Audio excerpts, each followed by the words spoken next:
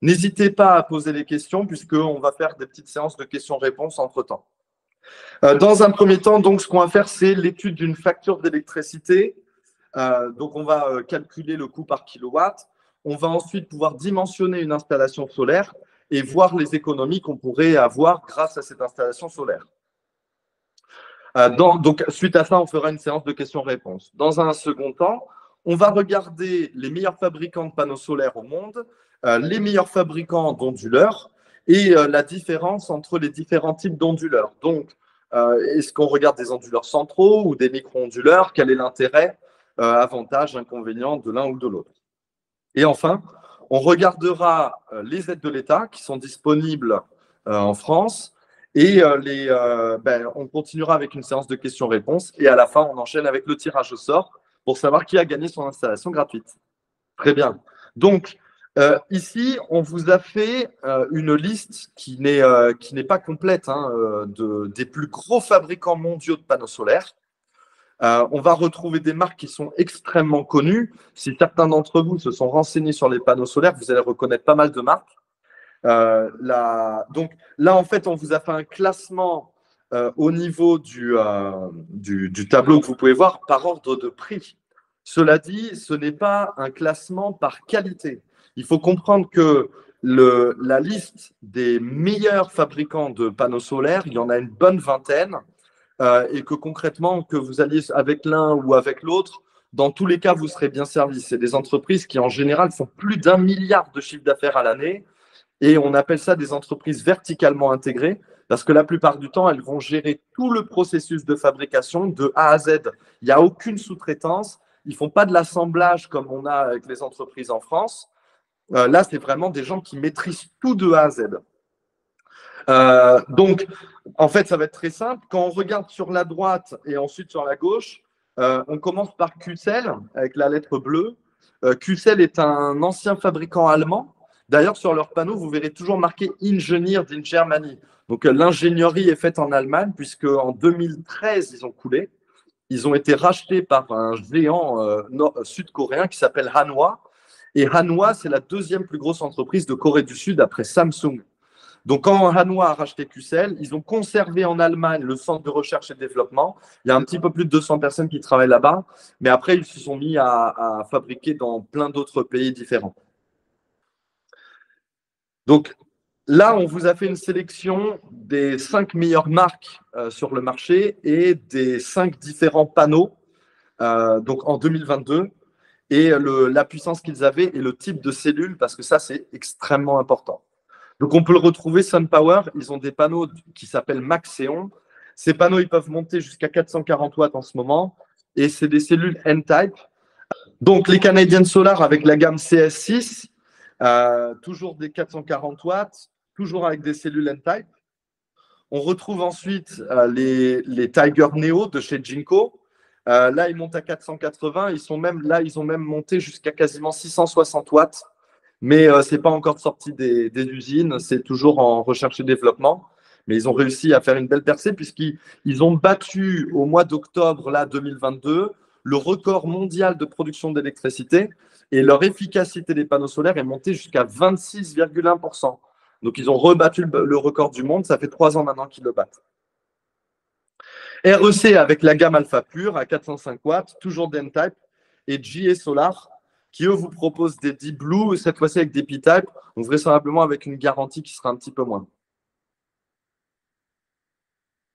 Alors, en Australie, je m'occupais de gérer des entreprises de panneaux solaires et ayant une proximité avec la Chine assez importante, on se faisait contacter littéralement tous les jours. On s'est amusé, en fait, à cette époque-là. Je me suis amusé à mettre 2 installations de 6 kW sur les toits du bâtiment avec la même orientation, le même onduleur. On avait juste les panneaux qui changeaient. Et vraisemblablement, l'idée, c'était de voir sur une journée quelle va être la production d'électricité. Alors là, c'est ce qu'on vous met ici. Donc, on avait 24 panneaux de Jinko. Alors, ça remonte à il y a 7-8 ans. On avait des panneaux de Jinko 24 de 250 watts. Et de l'autre côté, une marque plutôt bas de gamme, moyenne gamme, la marque GCL. Et toujours 24 panneaux de 250 watts. On avait un onduleur central pour chaque installation, de 6 kW aussi, de la marque SunGrow. qui à l'époque était le plus gros fabricant mondial d'onduleurs centraux. Donc encore une fois, on est orienté sur la même toiture, la même direction, le même jour. On a une différence de production, je vous laisse constater, elle était assez importante, puisqu'avec Jinko, on arrivait à produire 60 kWh en une journée, pendant qu'avec les GCL, on faisait 30. C'est quelque chose qui est très documenté. Donc, on a deux types d'onduleurs. Là, vous pouvez voir sur la gauche donc un onduleur de la marque Fronus. Fronus est une entreprise qui existe depuis extrêmement longtemps. Ils sont là depuis 1945. Et à droite, la marque Emphase, ça c'est pour les micro-onduleurs. Donc voilà, vous voyez. Donc les micro-onduleurs, encore une fois, ils vont s'installer directement derrière les panneaux. On va les accrocher au niveau des rails. Et l'onduleur central, lui, en général, il va être à côté de votre tableau principal ou de votre tableau secondaire. Et il va connecter tous les panneaux ensemble. On appelle ça un onduleur de chaîne ou onduleur central. Donc ici, on a refait une charte graphique pareil, mais cette fois-ci pour les onduleurs, avec les meilleures marques qu'on peut trouver sur le marché. Donc toujours pareil, à droite les plus chers, à gauche les moins chers. On retrouve naturellement donc la marque Emphase, hein, c'est les leaders, c'est surtout les plus chers. Fronus, donc encore une fois autrichien qui existe depuis 1945.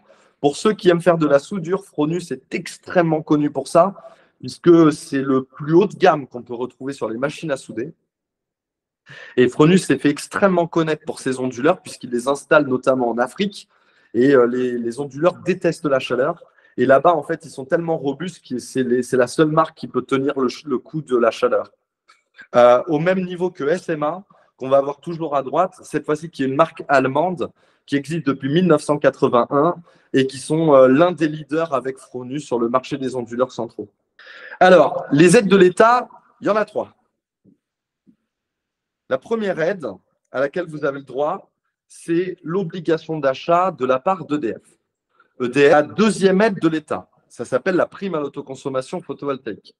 Cette aide, vraisemblablement, tout le monde peut l'avoir. On va vous le réexpliquer un petit peu juste après. La troisième aide de l'État, elle est spécifique seulement aux personnes qui installeront des systèmes inférieurs ou égal à 3 kW crête. Et là, vous avez une TVA à 10% au lieu d'une TVA à 20%. Donc, une installation de 9 kW crête en revente totale va générer un revenu aux alentours des 2300-2400 € à l'année. Cela dit, pour les installations en revente totale, sachez qu'il y a une chose très importante.